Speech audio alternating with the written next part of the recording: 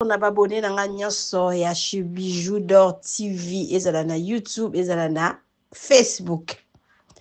Nalingi kana lobali likambo moko critique nyonso ezala mabete. Hein? Ezala ba critique oyo epesaka nde force. Ezala ba critique oyo ezotambwisa biso po tokende liboso.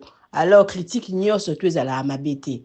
Na mokili muto ba kritikaka ete akende liboso te. Hein? Il faut ba kritika abiso. Il faut ba lobaka na biso mabe. Il faut ba finga kabiso. Ba lobaka lisusu na mokili lisusu koswana. Hein? Muto amayele na koswana nda yeba defo na ye. Eza biloko musu to yeba yango te. Oswani na mutu ayebiso likambo bi okay. Alobi na nga boye. Ah bon, nazala ande boetika na bongisa.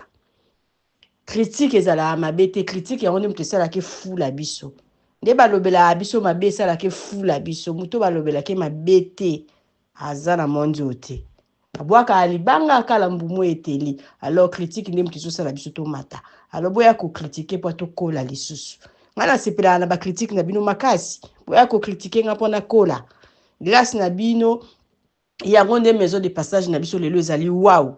Hein? Pona ba critique tondimaki kotia litoi koto ba critiquer to bongisi koto ba critiquer ba to bongisi olingo kende congé na kin tozala na adresse ka moko berge na biso ezala matongi na Irebu A37 mama Bijou lobi wow.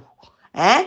À partir ya $15 aujourd'hui chambre na oya kitoko chambre wana eza na climatiseur toilette donc douche debout ya kitoko ya propre batia TV na kati batia lisusu nini frigo na kati cuisine commun wana ba chambre na biso ya mike mais toza pe na deux chambres salon cuisine toza pe na chambre salon cuisine à partir déjà à $30 aujourd'hui chambre salon cuisine contactez nga kozala jamais d'ici balobi critique nde makambo bo critiquer biso tokola bolanda ndeko oyo en tout cas na raison.